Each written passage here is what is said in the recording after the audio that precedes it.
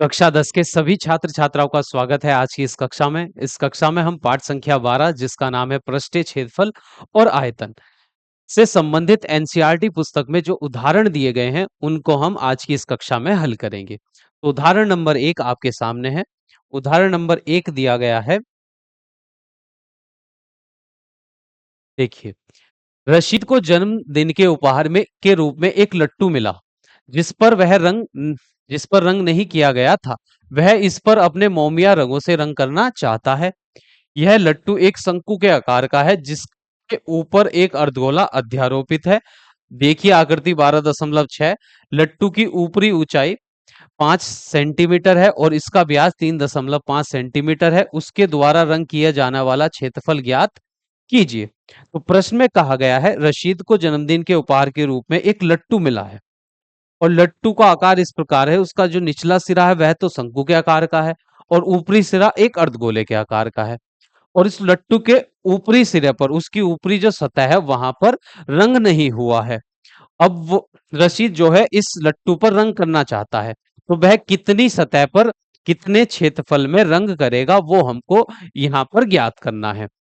अब देखिए लट्टू जो है लट्टू की जो ऊपरी सतह है जिस पर रशीद रंग करेगा वह दो सतह से मिलकर बनी है। देखिए निचला जो सिरा है वह शंकु के आकार का है तो ये वाली जो सतह होगी ये शंकु का वक्र पृष्ठ कहलाती है और जो ऊपरी सतह है वो अर्धगोले की तरह है। तो ये जो ऊपरी सतह है ये अर्धगोले का वक्र पृष्ठीय क्षेत्रफल होगा। तो अगर हम इन दोनों क्षेत्रफल को जोड़ दें शंकु का वक्र पृष्ठीय क्षेत्रफल और अर्धगोले का वक्र पृष्ठीय क्षेत्रफल तो हमें उस भाग का क्षेत्रफल मिल जाएगा जहां पर रशीद को रंग करना था। तो इसी बात को हम यहां पर लिखेंगे। रंग किए जाने वाले भाग का क्षेत्रफल।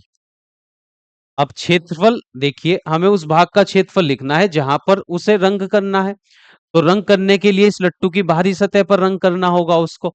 और बाहरी सतह दो सतह से मिलकर बनी है, एक अर्धगोले का वक्रपृष्ठीय क्षेत्रफल ऊपर और नीचे शंकु का वक्रपृष्ठीय क्षेत्रफल। तो लिखेंगे शंकु का शंकु का वक्र पृष्ठीय क्षेत्रफल पृष्ठीय क्षेत्रफल और उसमें हम प्लस कर देंगे अर्धगोले का अर्धगोले का वक्र पृष्ठीय क्षेत्रफल। क्षेत्रफल अगर इन दोनों सतह के क्षेत्रफल को हम जोड़ देंगे तो हमें उस भाग का क्षेत्रफल मिल जाएगा जहां पर हमको रंग करना था, उस रसीद को रंग करना था। अब शंकु का वक्रपृष्ठीय क्षेत्रफल ज्ञात करने का सूत्र होता है पाई आर एल। आर यहां पर शंकु की त्रिज्या को कहते हैं, एल शंकु की तिर्यक ऊंचाई होती है। उसमें हम जोड़ देंगे अर्धगोले का वक्रपृष्ठीय क्षेत्रफल। अर्धगोले का वक्रपृष्ठीय क्षेत्रफल का सूत्र होगा 2 पाई r²। अब देखिए आर हमने शंकु की त्रिज्या को माना है तो यहां पर जो आर लिखेंगे उसको बड़ा आर लिख लेते हैं, बड़े आर का स्क्वायर। ये बड़ा आर जो है ये अर्धगोले की त्रिज्या है, छोटा आर शंकु की त्रिज्या है, एल शंकु की तिर्यक ऊंचाई है। अब देखिए यहां पर प्रश्न में कहा गया है हमको यहाँ पर आर एल और बड़े आर का मान रखना है, फिर इसको हम हल करेंगे और हमें उस भाग का क्षेत्रफल मिल जाएगा जो हमको ज्ञात करना था। अब प्रश्न में जो है देखिए शंकु की पहले हम यहाँ पर जो शंकु है उसकी त्रिज्या ज्ञात करेंगे। तो त्रिज्या शंकु की हमने मानी है आर। अब शंकु के ऊपर जो है एक अर्धगोला अध्यारोपित है तो जो अर्धगोले की त्रिज्या होगी वही इस शंकु की त्रिज्या होगी।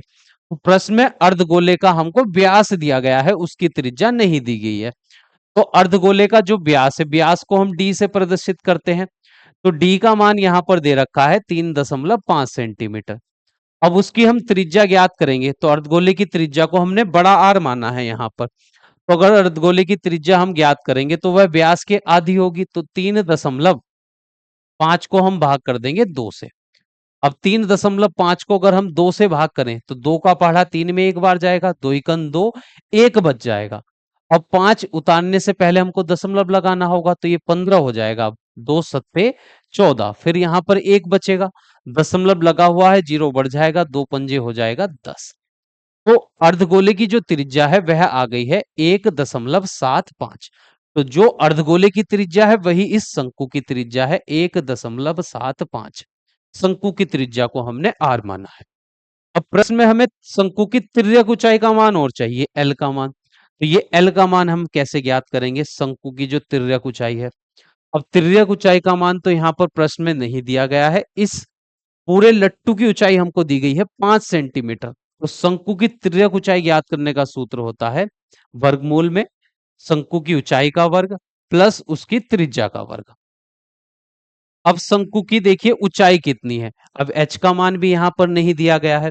ये पूरे लट्टू की ऊंचाई दी गई है 5 सेंटीमीटर, पर हमको केवल शंकु की ऊंचाई चाहिए इस सूत्र में रखने के लिए। तो शंकु की ऊंचाई अगर हम ज्ञात करें एच का मान, तो अगर इस लट्टू की ऊंचाई में से हम इस अर्धगोले की ऊंचाई घटा दें तो हमें इस शंकु की ऊंचाई मिल जाएगी। लट्टू की ऊंचाई है 5 सेंटीमीटर, उसमें से हम घटा देंगे इस अर्धगोले की ऊंचाई। अब अर्धगोले की ऊंचाई कितनी होगी, अर्धगोले की ऊंचाई उसकी त्रिज्या के बराबर होती है। तो अर्धगोले की ऊंचाई उसकी त्रिज्या 1.75 के बराबर होगी। तो इस 5 में से हम घटा देंगे 1.75। चलिए घटाते हैं। तो 5 में से हमको 1.75 घटाना है। देखिए जब 5 में दशमलव नहीं है तो इसका दशमलव बाद में होगा यहाँ पर, तो जीरो बढ़ा लेंगे। 1.75 इसमें से घटाना है, इधर से धाई लेंगे। तो ये 10 में से 5 घटाने पर 5, फिर यहाँ 9 में से 7 घटाएंगे 2, 4 में से 1 घटाने पर 3। तो जो शंकु की ऊंचाई है वह आ जाएगी 3.25। ये आ गया एच का मान। अब ये मान हम यहां पर रखेंगे, एच का मान है 3.25 और उसका कर देंगे हम वर्ग, फिर प्लस का चिन्ह। अब आर का वर्ग, आर कितना है, देखिए आर का मान है 1.75, तो यहां लिखेंगे 1.75 का वर्ग। चलिए अब इनका वर्ग और फिर उनको जोड़ देंगे हम। 3.75 का हमको वर्ग ज्ञात करना है, 3.75 का वर्ग निकाल लेते हैं। चलिए गुणा करेंगे, 3.25 जो है उसका वर्ग हमको करना है यहाँ पर। तो 3.25 की गुणा 3.25 से करेंगे। ठीक है, करते हैं। 5 पंजे 25, 2 हासिल, 5 दूनी 10, 2 12 हासिल लगा 1, 5 तिया 15 और 1 हो जाएंगे 16। फिर 2 से 2 पंजे 10 हासिल लगा 1, 2 दूनी 4 और 1 हो गया 5, 2 तिया 6 हो गए। फिर 3 से गुणा करेंगे, 3 पंजे 15 हासिल 1, 3 दूनी 6 और 1 7 हासिल, हासिल कुछ नहीं लगेगा, 3 तिया हो जाएंगे 9। अब इनको जोड़ देते हैं, 5 2, ये हो जाएगा 16 का 6 हासिल लगा 1, 14 और 1 15 का 5 हासिल लगा 1, तो ये आ जाएगा 10। तो 10 56 25 आ जाएगा। और दशमलव जो लगाएंगे हम, देखिए ऊपर वाली संख्या में दशमलव 2 अंकों के बाद है पीछे से, यहाँ पर भी पीछे से 2 अंकों के बाद, तो 2 और 2 4, गुणनफल में पीछे से 4 अंक के बाद दशमलव आ जाएगा। तो 3.25 की गुणा जब हम 3.25 से करेंगे अर्थात उसका वर्ग लिखेंगे तो वह आ जाएगा 10.5625। चलिए इसको लिख लेते हैं यहाँ पर, 10.625, 10.5625 है, 5625। उसमें प्लस करना है हमको 1.75 का वर्ग। तो 1.75 का वर्ग और ज्ञात कर लेते हैं, 1.75 का वर्ग। देखिए 5 पंजे 25 हासिल 2, 5 सत्ते 35, 2 37 हासिल 3, 5 एकन 5 और हो गए 3 8। फिर 7 से 7 पंजे 35, 3 हासिल, 7 सत्ते 49 और 3 हो गए 52 का 2 हासिल लगे 5, 7 एकन 7 और 5 हो जाएंगे 12। फिर 1 से गुणा करेंगे, 5 एकन 5, 5 7 एकन 7 और 1 एकन 1 आ जाएगा। 5 7 2 7 5 12 हासिल लगा 1, 8 3 11 और 5 हो जाएंगे 16 का 6 हासिल लगा 1, 7 और 3 हो जाएंगे 10 हासिल लगा 1 और ये आ जाएगा, ये आएगा 30 625। तो यहां पर हम लिखेंगे 30 625, 30 625। और जो दशमलव लगेगा, यहाँ दशमलव भी तो आएगा भी, दशमलव जो लगेगा वो पीछे से 4 अंकों के बाद लगेगा, क्योंकि 2 अंक यहाँ पर है 2 यहाँ पर है, तो गुणनफल में पीछे से 4 अंक के बाद दशमलव आ जाएगा। 3.0625। तो इसको लिख लेते हैं 3.0625। यहां पर है दशमलव, 3.0625। अब इन दोनों को जोड़ेंगे, फिर उसका हमें वर्गमूल ज्ञात करना है। इन दोनों को हम जोड़ लेते हैं। 3.0625, चलिए जोड़ते हैं। तो ये 5, ये आ गया हमारा 4, नहीं, 5 और 5 10 का 0 हासिल लगा 1, 2 2 4 और 1 5, 6 6 12 का 2 हासिल लगा 1, और ये 6 दशमलव, ये आ गया 13.6250 आ गया। अब इसको यहां पर हम लिख लेते हैं वर्गमूल में 13.6250। अब इसका हमको वर्गमूल ज्ञात करना है, तो वर्गमूल ज्ञात करते हैं। 13.6250 का हम वर्गमूल ज्ञात करेंगे। तो भाग विधि द्वारा ज्ञात करते हैं। दशमलव से आगे वाली संख्याओं के दो दो के जोड़े, फिर दशमलव से बाद वाली जो संख्याओं के जोड़े हैं आगे से बनाएंगे दो दो के, और दशमलव से पहली वाली संख्याओं के जोड़े पीछे से बनाते हैं दो दो अंक के। अब 13 से छोटी पूर्ण वर्ग संख्या है यहाँ पर, 3 तिया 9 होगी, 4 चौक 16 तो ज्यादा हो जाएगा, तो 3 यहाँ पर, 3 यहाँ पर, और फिर 3 यहाँ, और 3 तिया 9 लिखेंगे यहाँ पर। इनको जोड़ लेते हैं, 3 और 3 6, इनको घटाएंगे, 13 में से 9 घटाने पर 4 आ जाएगा। फिर दशमलव लगा देंगे, तब जाकर जोड़े वाली संख्या उतरेगी 62 यहाँ पर। अब इसके पीछे हमें क्या लिखना चाहिए? अगर हम यहाँ पर रखें 6, तो 6 छंग 36 का 6 हासिल लगेंगे 3, और 6 छंग 36 और 3 हो जाएंगे 39। 7 रखकर देख लेते हैं। अगर यहाँ हम 7 रखें तो फिर 67 बनेगा, उसकी गुणा 7 से ही करनी होगी। 7 सत्ते 49 का 9 हासिल लगेंगे 4, और 7 छंग 42 और 4 46, और ये हो जाएगा ज्यादा 7 रखे से। तो हमको रखना होगा यहाँ पर भी 6, ऊपर भी 6, और नीचे भी 6। ये तो जुड़ जाएंगे, ये हो जाएगा यहाँ पर 72। यहाँ पर गुणा करके लिखेंगे, 6 छंग 36 का 6 हासिल लगे 3, 6 छंग 36 और 3 हो जाएंगे 39। इनको घटा देंगे, 12 में से 6 घटाने पर 6, फिर यहाँ 5 बचा। जब 15 में से 6 घटाएंगे तो यहाँ बच गए हमारे, 15 में से 9 घटाने पर आ जाएंगे 6।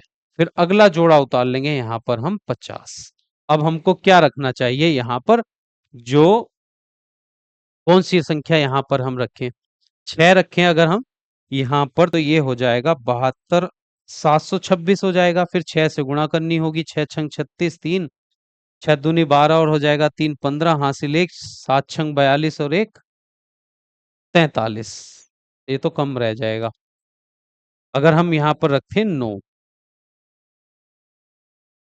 72 9 रखते हैं, तो 9 9 81 का 1 हासिल लगे 8, 9 दूनी 18 और 8 हो जाएंगे 26 का 6 हासिल 2, 9 तिया 7 नम 63 और 2 हो जाएंगे 65।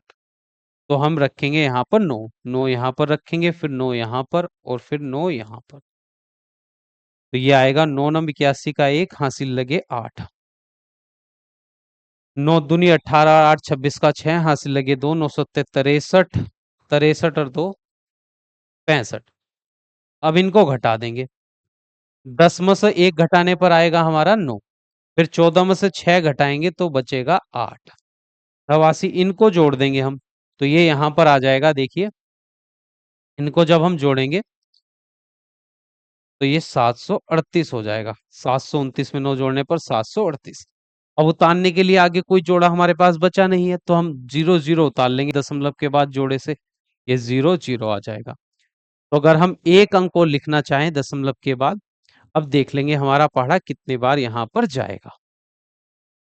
अगर यहाँ पर हम एक संख्या भी रख दें, देखिए एक संख्या रखेंगे, अगर यहाँ पर हम एक रख देंगे तो हमें एक से ही गुणा करनी होगी, फिर ये आ जाएगा 7381। तो दशमलव के बाद हमें 3 अंक यहाँ पर मिल गए हैं। अगर उसका हम सन्निकटन मान रखें तो केवल को रखना होगा 3.69, लगभग 3.69 रखेंगे। तो इसका जो वर्गमूल आया है हमारा, वह आ गया है 3.69, 3.69 आ गया है। अब ये आ गई है इसकी तिर्यक ऊंचाई, जो शंकु की तिर्यक ऊंचाई है वह आ गई है 3.69। अब ये सभी मान हम यहाँ पर रखेंगे इसमें। अब देखिए पाई यहाँ पर भी है, पाई वहां पर भी है, तो पाई हम उभयनिष्ठ निकाल लेंगे, पाई बाहर आ जाएगा।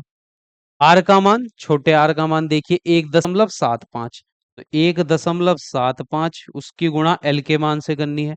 एल है 3.69, 3.69 फिर प्लस का चिन्ह, यहाँ पर 2 बचा, और पाई हमने उभयनिष्ठ निकाल लिया है। फिर आर का हमें करना है स्क्वायर, बड़े आर का मान भी है 1.75, तो यहाँ 2 के गुणा में 1.75 का हमको करना होगा वर्ग। अब आप यहाँ पर देख सकते हैं प्लस से पहले जो पद है और प्लस के बाद जो पद है, पहले वाले पद में 1.75 है, वहां पर 1.75 का वर्ग है, तो संख्या 1.75 हम इन दोनों पदों में से भी उभयनिष्ठ निकाल सकते हैं। तो इसको लिखेंगे, पाई का मान रखेंगे 22/7 और 1.75 हमने निकाला उभयनिष्ठ, तो पहले पद में केवल 3.69 बचेगा, फिर प्लस का चिन्ह। दूसरे पद में बचेगा यहाँ पर 2 और गुणा में 1.75, क्योंकि यहाँ पर वर्ग था, हमने केवल 1.5 उभयनिष्ठ निकाला है, तो 1.75 यहाँ पर बच जाएगा एक, ये कोष्टक बंद। अब देखिए इसको हम भाग कर सकते हैं, अगर इस 7 से हम इसको भाग करें तो 0, 7 का पहाड़ा 1 में तो जाएगा नहीं, 0 लगा देंगे, फिर दशमलव, ये हो गया 17, 17 7 दूनी होंगे 14, 17 में 14 घटाएंगे 3 और ये 35 हो जाएगा, 7 पंजे 35, तो ये 22 गुणा 0.25, कोष्टक के अंदर 3.69 प्लस, इसकी गुणा कर देंगे यहाँ पर, तो 5 दूनी 10 का 0 हासिल लगा 1, 2 सत्ते 14 और 1 15 हासिल लगा 1, 2 एकम 2 और 1 3, दशमलव पीछे से 2 अंक के बाद। अब इनको जोड़ लेते हैं, इनकी भी गुणा कर लेंगे, 25 दूनी 50 का 0 हासिल लगे 5, 25 दूनी 50 और 5 55, दशमलव पीछे से 2 अंक के बाद, तो 5.50 आ जाएगा। इनको हमें जोड़ना है, तो 9 में 0 जोड़ने पर 9, 6 और 5 5, 5 और 6 जुड़कर 11 का 1 हासिल लगेगा 1, 3 3 6 और 1 हासिल हो गया 7। अब इन दोनों की गुणा हमको करनी है, कोष्टक से बाहर है 5.50, उसकी गुणा करनी है 7.19 से। चलिए गुणा करते हैं, 5.19 की गुणा हमको करनी है 5 दशमलव, देखिए यहाँ पर 5.50 है, तो लिख लेते हैं 5.50, अब इसकी गुणा कर देंगे, अगर 0 से गुणा करेंगे तो तीनों बार 0 आएगा, फिर 5 से गुणा करते हैं, 5 नम 45 का 5 हासिल लगे 4, 5 इकन 5 और 4 9, 5 सत्ते हो जाएंगे 35, फिर ये फिर से 5 से गुणा करनी है, तो यही अंक आएंगे 5 9 5 3। अब इनको जोड़ लेते हैं, 0 5 9 5, 14 का 4 हासिल लगा 1, 9 और 1 10 और 5 हो जाएंगे 15 हासिल लगा 1, 5 3 8 और 1 9 और ये 3, दशमलव पीछे से 2 और 2 4 अंक के बाद, 2 2 4 अंक के, तो ये आ जाएगा 39.5450, और ये सभी मापे हमको सेंटीमीटर में दी गई थी, ये सभी मापे हमको सेंटीमीटर में दी गई है, इसलिए ये जो क्षेत्रफल आएगा ये भी आ जाएगा वर्ग सेंटीमीटर में। क्षेत्रफल वर्ग मात्रक होता है, क्षेत्रफल की जो इकाई होती है, तो ये सभी का सभी मान हमको सेंटीमीटर में दिए थे, इसका इसलिए इसका क्षेत्रफल आ जाएगा वर्ग सेंटीमीटर, और यही हो जाएगा उस भाग का क्षेत्रफल जहां पर रसीद को लट्टू पर रंग करना था, लट्टू के जिस भाग पर उसे रंग करना था उसका क्षेत्रफल आ गया है 39.5450 वर्ग सेंटीमीटर। अगर इसको अगर हम दशमलव के एक स्थान तक लिखें तो देखिए यहां पर हम लिख सकते हैं, या केवल यहीं छोड़ देंगे, यहां पर भी हमारा आंसर सही हो जाएगा। ठीक है, ये हमने यहाँ पर गुणा करके देखी थी और इस वाली स्लाइड पर भी हमने ये गुणा की थी। ठीक है, तो ये हो गया है हमारा पहला उदाहरण कंप्लीट। अब हम चलते हैं उदाहरण नंबर 2 पर। देखिए उदाहरण नंबर 2, आकृति 12.7, ये जो आकृति दी गई है 12.7 में दर्शाया गया सजावट के लिए प्रयोग होने वाला बॉक्स दो ठोसों से मिलकर बना है, इसमें एक घन है और दूसरा अर्धगोला है। देखिए जो ठोस बना हुआ है ये दो आकृतियों से बना हुआ है, नीचे घन है और ऊपर एक अर्धगोला है। इस ब्लॉक का आधार 5 सेंटीमीटर कोर या किनारे वाला एक घन है। जो आधार में है, इस ठोस के जो नीचे रखी हुई वस्तु है वह घन है, जिसका किनारे की लंबाई है 5 सेंटीमीटर, और घन की लंबाई चौड़ाई ऊंचाई 5 सेंटीमीटर ही हो जाएगी। और उसके ऊपर लगे हुए अर्धगोले का जो व्यास है वह 4.2 सेंटीमीटर है। इस ब्लॉक का संपूर्ण पृष्ठीय क्षेत्रफल ज्ञात कीजिए। और इस ठोस में जो ऊपर अर्धगोला रखा है उसका व्यास दिया गया है 4.2 सेंटीमीटर। अब हमें इस ब्लॉक का संपूर्ण पृष्ठीय क्षेत्रफल ज्ञात करना है कि कितनी सतह है इस ठोस की जो हमको बाहर से दिख रही होगी। देखिए, नीचे आधार में इस ठोस के एक घन रखा हुआ है, और घन की जो ऊपरी सतह है उसके ऊपर एक अर्धगोला रख दिया गया है। ये अर्धगोला रख दिया गया है। तो हमें इस ठोस की सतह का संपूर्ण पृष्ठीय क्षेत्रफल हमको बताना है कि कितना क्षेत्रफल हमको बाहर से यहाँ पर दिख रहा होगा। वो क्षेत्रफल हमको बताना है कि इस ठोस की सतह कितनी है, बाहरी सतह कितनी है, ये हमको बताना है। तो लिखेंगे यहाँ पर हम ब्लॉक का संपूर्ण पृष्ठीय क्षेत्रफल। देखिए, ये जो ठोस है दो आकृतियों से मिलकर बना है, एक घन से और एक अर्धगोले से। तो जो घन की सतह है, देखिए घन का संपूर्ण पृष्ठीय क्षेत्रफल है। घन को की आपको ये चारों, देखिए नीचे वाली सतह, चार दीवारों वाली सतह, और जो ऊपरी सतह है, सब संपूर्ण पृष्ठीय क्षेत्रफल हम लिखेंगे। घन के संपूर्ण पृष्ठीय क्षेत्रफल हमको दिखेगा, और जो ऊपर अर्धगोला है उसका वर्ग पृष्ठीय क्षेत्रफल हमको दिखेगा। ये वाली सतह ही तो हमको बाहर से दिखेगी। और जो घन की जो ऊपरी सतह है जहां पर ये अर्धगोला रखा हुआ है, ये इतना भाग तो ढक जाएगा। जब हम नीचे एक घन रखा हुआ है और उस घन के ऊपर एक अर्धगोला रख देंगे, तो अर्धगोला का जितना आधार होगा वह सतह तो हमको दिखेगी नहीं। जो अर्धगोले का आधार होगा, जितना स्थान अर्धगोला उस सतह के ऊपर घेरेगा, वो सतह हमको दिखेगी नहीं, तो वह क्षेत्रफल हमको यहाँ पर नहीं लिखना है। तो हमें इस ठोस का संपूर्ण पृष्ठीय क्षेत्रफल ज्ञात करना है। मतलब यह है कि हमें वह सतह बतानी है जो हमको बाहर से दिख रही होगी। तो बाहर से हमें इस ठोस की ये चार दीवारें दिख रही होंगी, नीचे वाली सतह और ऊपरी सतह पर ये जो चार खूंट दिख रही होंगी, जहां पर ये अर्धगोला जो रखा है वो स्थान खाली रह गया होगा, क्योंकि अर्धगोले का जो आधार होता है वह वृत्ताकार होता है। जो घन की सतह होगी, देखिए ऊपर से घन की सतह वर्ग के रूप में होगी, और उसके ऊपर जब ये अर्धगोला रख देंगे तो इतना भाग तो घिर जाएगा। केवल ये चार खूंट जो होंगी यही हमको यहाँ पर बचेंगी। तो हमें इतने क्षेत्रफल को ये माइनस कर देंगे हम। अगर घन के संपूर्ण पृष्ठीय क्षेत्रफल में से हम उस भाग को माइनस कर दे जहां पर अर्धगोला रखा हुआ है, क्योंकि वह भाग इसकी सतह में नहीं गिना जाएगा। तो लिखते हैं हम घन का संपूर्ण संपूर्ण पृष्ठीय क्षेत्रफल, पृष्ठीय क्षेत्रफल, और उसमें हम जोड़ेंगे अर्धगोले का। देखिए ये अर्धगोले की सतह भी हमको दिखेगी जब उसके ऊपर अर्धगोला रखा हुआ है। तो लिखेंगे अर्धगोले का वक्र पृष्ठीय क्षेत्रफल, अर्धगोले का वक्र पृष्ठीय क्षेत्रफल, ये क्षेत्रफल। और इस क्षेत्रफल में से हमें वो सतह माइनस कर देनी है जहां पर जितनी सतह इस अर्धगोले ने इस घन के ऊपरी वाली सतह पर घेरी है, उसमें से हम माइनस कर देंगे अर्धगोले का आधार। लिख देंगे अर्धगोले के आधार का क्षेत्रफल।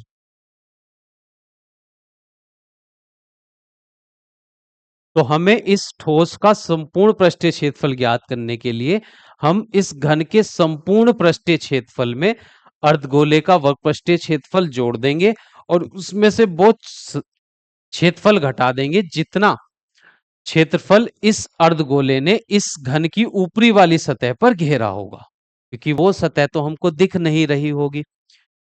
और घन का संपूर्ण पृष्ठीय क्षेत्रफल ज्ञात करने का सूत्र होता है 6 और भुजा का वर्ग, 6 गुणा भुजा का वर्ग, 6 गुणा भुजा का वर्ग, ये होता है घन का संपूर्ण पृष्ठीय क्षेत्रफल ज्ञात करने का सूत्र। उसमें हमें प्लस करना है अर्धगोले का वक्रपृष्ठीय क्षेत्रफल। अर्धगोले का वक्रपृष्ठीय क्षेत्रफल ज्ञात करने का सूत्र होता है 2 पाई r²। उसमें से हमें माइनस करना है, देखिए इसको नीचे लिख लेते हैं कुछ,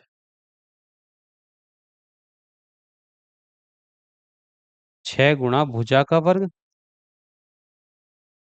और प्लस करना है उसमें अर्धगोले का वक्रपृष्ठीय क्षेत्रफल 2 पाई r², और उसमें से माइनस हमको करना है अर्धगोले के आधार का क्षेत्रफल। देखिए अर्धगोले का जो आधार आधार होता है वह वृत्ताकार होता है, तो वृत्त का क्षेत्रफल हम इसमें से घटा देंगे, वृत्त का क्षेत्रफल होता है πr²। तो ये 6 गुणा भुजा का वर्ग, और उसमें हमें प्लस 2 पाई r² में से 1 पाई r² घटाएंगे तो यहां पर केवल 1 पाई r² ही बच जाएगा। अब ये भुजा, घन की भुजा की लंबाई हम यहाँ पर रखेंगे, और जो अर्धगोले की त्रिज्या है उसका मान यहाँ पर रखेंगे, और फिर पाई का मान रखना है 22/7। और इसको थोड़ी सी कैलकुलेशन के बाद हमारा संपूर्ण पृष्ठीय क्षेत्रफल निकल जाएगा। अब ये बराबर 6 गुणा भुजा की लंबाई, घन की जो भुजा है वह 5 सेंटीमीटर है, तो यहाँ पर हम रखेंगे 5 सेंटीमीटर का वर्ग, फिर प्लस का चिन्ह, फिर पाई का मान हमको रखना है 22/7, और फिर आर का स्क्वायर। आर है यहां पर अर्धगोले की त्रिज्या।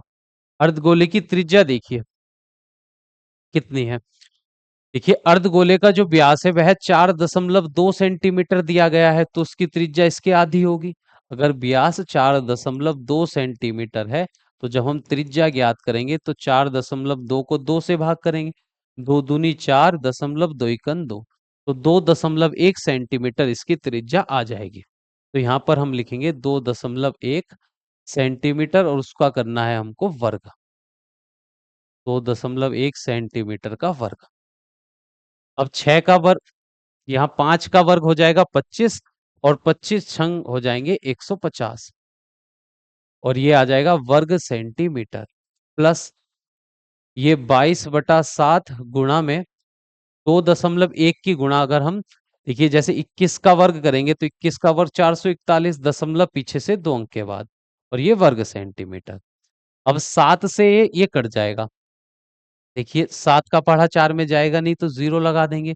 अब ये 44 हो गया दशमलव लगाने के बाद, तो 7 छंग हो जाएंगे 42, 2 बचेंगे 7 या 21, तो ये आया 150 वर्ग सेंटीमीटर, प्लस 0.73 की गुणा हमको 22 से करनी है। अब कर लेते हैं, 0.63 की गुणा हमको 22 से करनी है, तो 22 तिया हो जाएंगे, देखिए 22 तिया हो जाएंगे 66, 22 तिया 66 का 6 हासिल लगेंगे यहाँ पर 6, 22 छंग हो जाएंगे 132, 132 में 6 जोड़ेंगे 138 का 8 हासिल लगेंगे 13, और 22 का पढ़ा 0 में पढ़ने पर 0 आएगा, और 0 में 13 जोड़ने पर 13, दशमलव पीछे से 2 अंक के बाद, तो ये आ जाएगा 13.86 वर्ग सेंटीमीटर।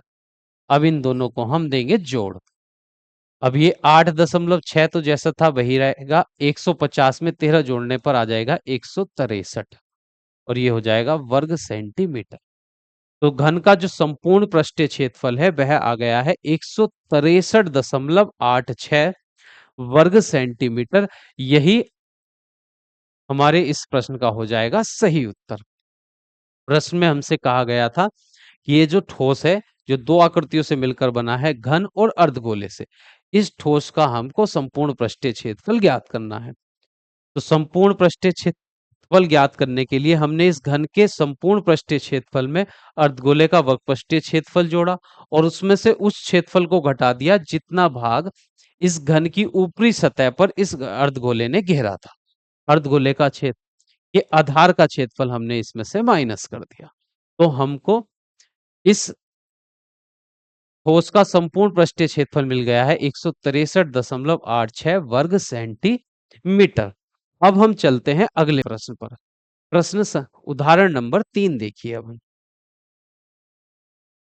उदाहरण नंबर 3, लकड़ी का एक खिलौना रॉकेट, रॉकेट एक शंकु के आकार का है जो एक बेलन पर अध्यारोपित है। तो लकड़ी का जो एक खिलौना है वो रॉकेट के आकार का है, और जिसका निचला सिरा जो है वो बेलनाकार है, ऊपरी सिरा जो है एक शंकु के आकार का है, और निचला वाला सिरा एक बेलनाकार है, जैसा कि आकृति 12.8 में दर्शाया गया है। संपूर्ण रॉकेट की ऊंचाई 26 सेंटीमीटर है, और इस रॉकेट की जो ऊंचाई है बेलन निचले वाले भाग की और इस शंकु वाले भाग की ऊंचाई जोड़कर इस पूरे रॉकेट की जो ऊंचाई है वह 26 सेंटीमीटर है, जबकि संघवाकार भाग की ऊंचाई 6 सेंटीमीटर है। और जो संघवाकार शंकु के जैसा भाग है, इसका ऊपरी सिरा जो शंकु के जैसा है, उसकी ऊंचाई 6 सेंटीमीटर है। तो देखिए, जब इस शंकु की ऊंचाई 6 सेंटीमीटर है तो इस बेलनाकार भाग की ऊंचाई कितनी हो जाएगी? इस पूरे रॉकेट की ऊंचाई 26 सेंटीमीटर में से ये 6 घटा देंगे तो हमको मिल जाएगा 20 सेंटीमीटर। तो इस बेलनाकार भाग की ऊंचाई हो गई है 20 सेंटीमीटर। अब आगे कहा गया है, संघवाकार के भाग के आधार का जो व्यास है वह 5 सेंटीमीटर है। जो ये शंकु है उसके आधार का जो व्यास है, ये इसका आधार वृत्ताकार होगा और वृत्त का व्यास दिया गया है 5 सेंटीमीटर। और बेलनाकार भाग के आधार का जो व्यास है, जो बेलन का आधार है, ये जो बेलन का आधार है उसका व्यास, उसका आधार भी वृत्ताकार होगा, और उस वृत्त का क्षेत्रफल व्यास दिया गया है यहाँ पर 3 सेंटीमीटर, और ये दिया गया था शंकु के आधार का व्यास 5 सेंटीमीटर। और बेलनाकार भाग के आधार का व्यास 3 सेंटीमीटर है।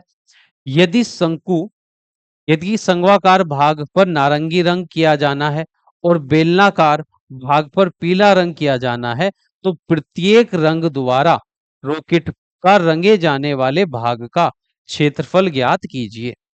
अब प्रश्न में हमसे कहा गया है, ये जो इस रॉकेट का ये ऊपरी हिस्सा है ये शंकु के आकार का है, और इस शंकु का जो आधार है उसका व्यास 5 सेंटीमीटर है, उसकी ऊंचाई 6 सेंटीमीटर है, और जो निचला सिरा है वो बेलनाकार है, और बेलन के आधार का जो व्यास है वह 3 सेंटीमीटर है, उसकी ऊंचाई आ गई 20 सेंटीमीटर। तो हमको इस संघवाकार भाग पर तो नारंगी रंग करना है, जो संघवाकार भाग है उसको नारंगी रंग करना है, और जो बेलनाकार भाग है उस पर पीला रंग करना है। तो हमें प्रत्येक रंग का क्षेत्रफल बताना है कि इस नारंगी रंग हमने कितने क्षेत्रफल पर किया और पीला रंग हमने कितने क्षेत्रफल पर किया, ये हमको बताना है, ऐसा प्रश्न में कहा गया है। अब देखिए, पहले हम इस शंकु पर नारंगी रंग किया गया है, तो उस नारंगी रंग से जो भाग रंगा गया है उसका क्षेत्रफल हम पहले ज्ञात करेंगे। और जो शंकु है, देखिए जो बेलन का व्यास था वह 3 सेंटीमीटर था, और शंकु का जो व्यास है 5 सेंटीमीटर है। तो ये शंकु का जो आधार है वो बेलन के आधार से कैसा है? बड़ा है, देखिए चौड़ा है उससे ज्यादा। तो पहले, और यहाँ पर जो आकृति दी गई है देखिए, ये शंकु का आधार दिया गया है, तो शंकु का व्यास जो है, शंकु का जो आधार है उसका व्यास 5 सेंटीमीटर है, तो उसका गोला बड़ा बनेगा। और जो बेलन का आधार है वो 3 सेंटीमीटर व्यास का है, तो उसका आधार क्या होगा? छोटा होगा। तो ये जो शंकु बना है, तो ऊपर हमें जो रंग करना है, नारंगी रंग जो करना है, इस शंकु के वृत्तपृष्ठीय क्षेत्रफल पर करना होगा। और नीचे से ये जो भाग होगा जहां पर बेलन नहीं है, ये जो रिंग जैसे ये वलय बन गया है, जो बेलन का जो आधार है उस पर वलय बना हुआ है, इसके देखिए निचला जो सिरा है वो यहाँ पर दिया गया है, तो यहाँ पर नारंगी रंग होगा। फिर ये तो हो जाएगा बेलन, यहाँ से ये बेलनाकार भाग शुरू हो जाएगा, तो यहाँ पर हमें कोई रंग नहीं करना है, यहाँ पर केवल इस स्थान पर नारंगी रंग करना होगा। तो नारंगी रंग से जो रंगा भाग है उसका क्षेत्रफल जब हम ज्ञात करेंगे, उसके लिए हमें इस शंकु का वक्रपृष्ठीय क्षेत्रफल पर हमें नारंगी रंग करना है। और जो ये बले का ये जो बीच वाला हिस्सा बचा है, यहाँ पर रंग करना होगा, इस निचले वाले सिरे पर जहां पर बेलन नहीं है, वहां पर हमें नारंगी रंग करना है। तो लिखते हैं,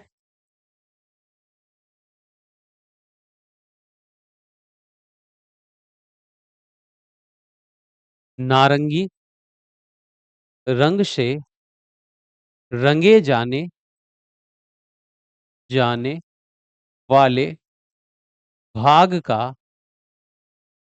भाग का क्षेत्रफल।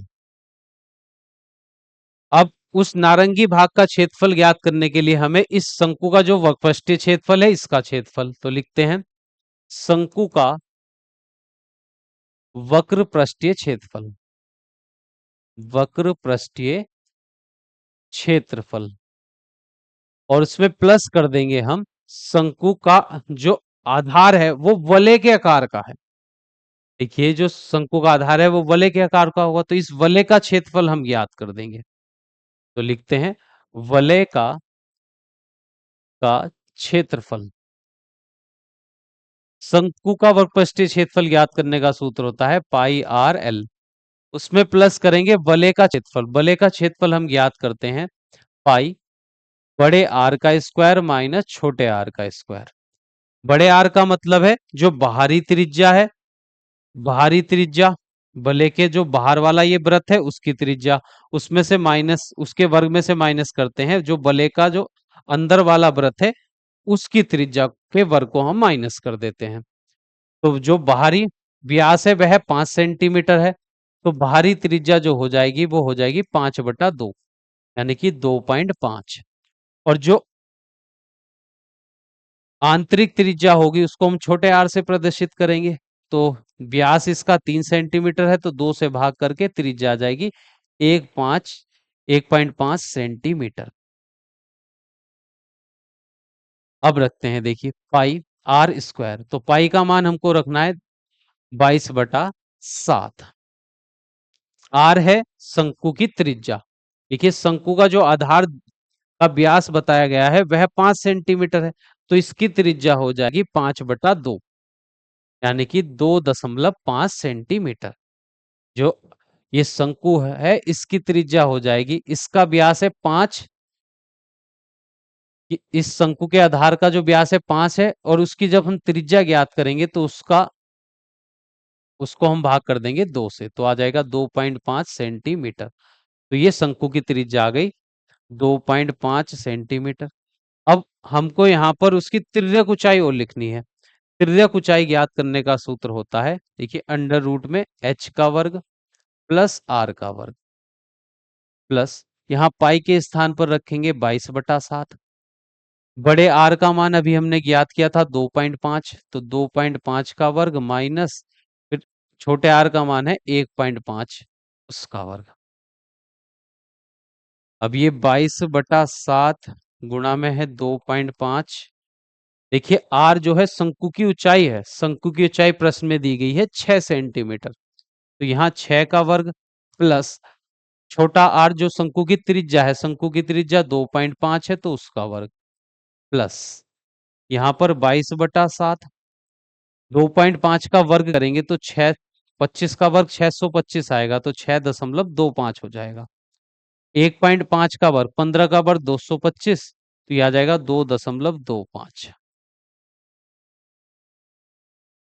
अब देखिए 22 इस प्लस से पहले वाले जो पद है उसमें भी 22/7 है और यहाँ पर भी 22/7 है, तो हम इसको निकाल देंगे उभयनिष्ठ। ये 2.5 गुणा में, अब 6 का वर्ग 36, 6 का वर्ग 36 प्लस 2.5 का वर्ग हो जाएगा 6.25 प्लस का चिन्ह। यहाँ पर ये कोष्टक 6.25 में से 2.25 हम घटाएंगे तो यहाँ पर 4.00 बच जाएगा, और 22/7 तो यहाँ बाहर आ ही गया है ये 22/7। अब ये 2.5 गुणा 36 में 6.25 जोड़ेंगे तो ये हो जाएगा 42.25 प्लस 4, 4.00 का मतलब 4 ही होगा। अब ये 22/7 बड़े कोष्टक में, अब 42.25 का हम जब हम वर्गमूल ज्ञात करेंगे, तो 42.25 का जब हम वर्गमूल ज्ञात करेंगे तो 6 का वर्ग 36, 42 से छोटी जो पूर्ण वर्ग संख्या होगी वह 36 होगी।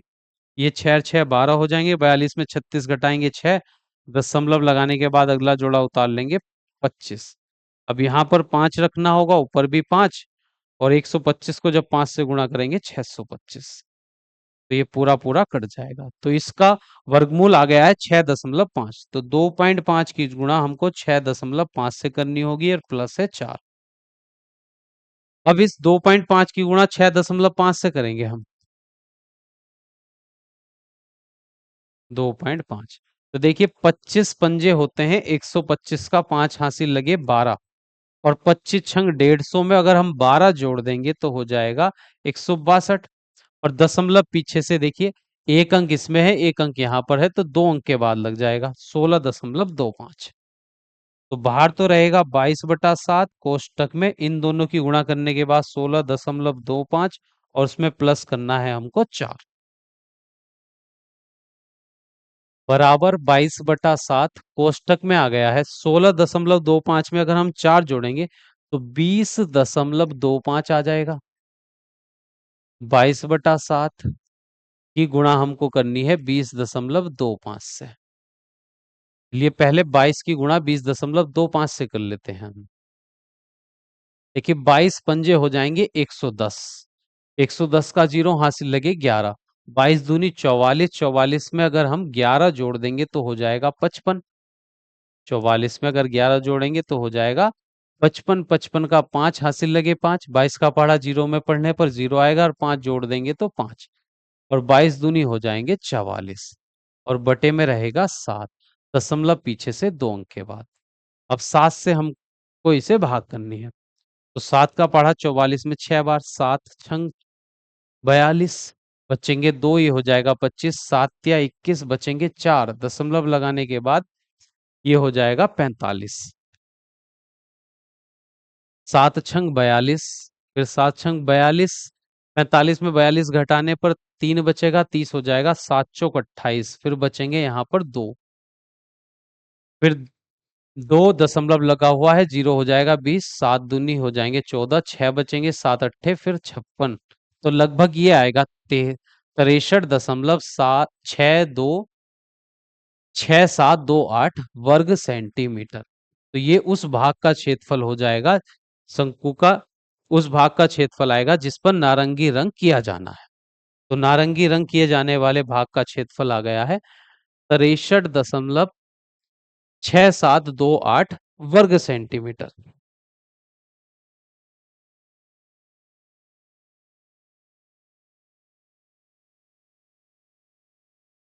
अब हमको देखिए इस भाग का क्षेत्रफल तो हमने ज्ञात कर लिया है जहां पर नारंगी रंग किया जाना है। अब हमें तो प्रत्येक भाग का, अब उस भाग का क्षेत्रफल ज्ञात करेंगे जिस पर पीला रंग किया जाना है। तो जो बेलनाकार भाग है उस पर हमें पीला रंग करना है। तो बेलन का जो आधा, देखिए बेलनाकार भाग ये वाला होगा, यहाँ पर हमको रंग करना है।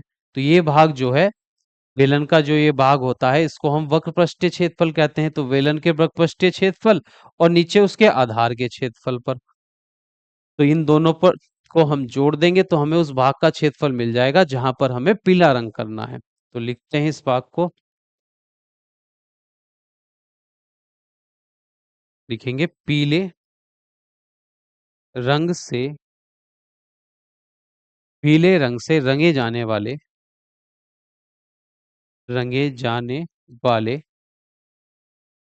भाग का क्षेत्रफल। तो हमें लिखना है बेलन का वक्रपृष्ठीय क्षेत्रफल, बेलन का वक्र पृष्ठीय क्षेत्रफल, और उसमें प्लस कर देंगे बेलन का आधार का क्षेत्रफल, बेलन के आधार का क्षेत्रफल। तो बेलन का वक्रपृष्ठीय क्षेत्रफल ज्ञात करने का सूत्र होता है 2πr/h, और आधार का क्षेत्रफल, आधार बेलन का वृत्ताकार होता है, वृत्त का क्षेत्रफल होता है πr²।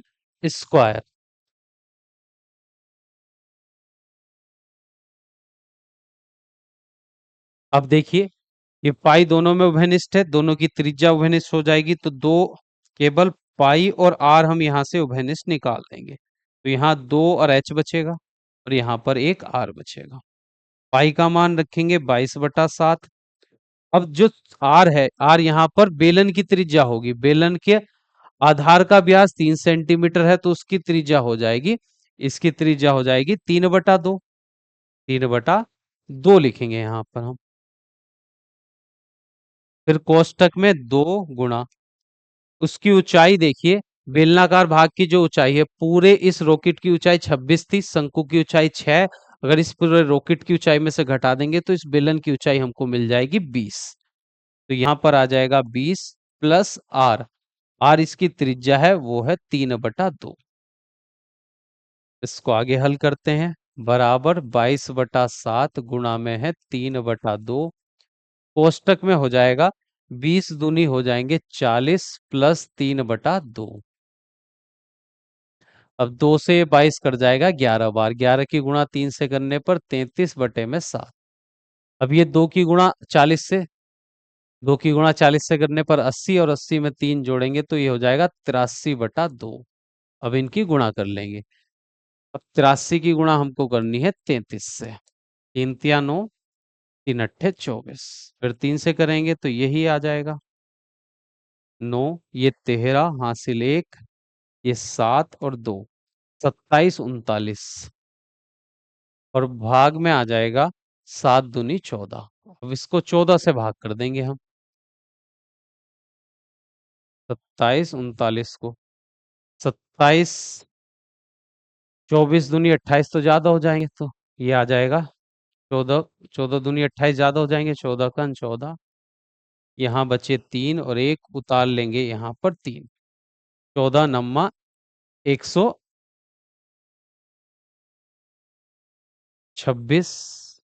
13 में से 6 घटाने पर हमको मिलेगा 7, ये उतार लेंगे यहाँ पर 9, 14 छंग होते हैं 84, तो 14 पंजे 70 का 7, बचेंगे यहाँ पर 9, दशमलव लगाकर 0 बढ़ा लेंगे, और 14 छंग हो जाएंगे फिर 84, बचेंगे 6, फिर 0 लगेगा, 14 चौका हो जाएंगे 56, फिर यहाँ पर 4 बचेगा 0, और 14 दूनी फिर 28, तो लगभग ये आ जाएगा 195.64 तो लगभग ये उस भाग का क्षेत्रफल आ जाएगा जिस पर पीला रंग किया जाना है। तो हमने उन दोनों भाग का क्षेत्रफल ज्ञात कर लिया है, जहां पर देखिए हमको ये नारंगी रंग करना था, तो नारंगी रंग जिस भाग पर करना था उसका क्षेत्रफल आ गया है, उसका क्षेत्रफल आया था 63.6728, और पीला रंग जिस भाग पर करना है उसका क्षेत्रफल है 195.642। तो ये रहा हमारे इस उदाहरण के, उदाहरण नंबर 3 के सही उत्तर। अब हम उदाहरण नंबर 4 पर चलते हैं।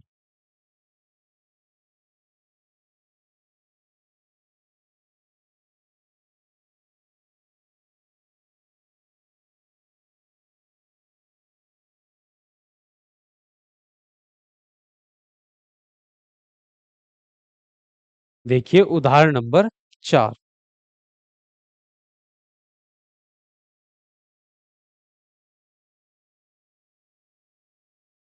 उदाहरण नंबर 4 है, मयंक ने अपने बगीचे के लिए एक पक्षी स्नान घर बनाया जिसका आकार एक खोखले बेलन जैसा है, और जिसके एक ऊपरी सिरे पर गोलाकार बर्तन बना हुआ है। देखिए आकृति 12.9, बेलन की ऊंचाई 1.45 मीटर है और इसकी त्रिज्या 30 सेंटीमीटर है। इस स्नान घर का संपूर्ण पृष्ठीय क्षेत्रफल ज्ञात कीजिए।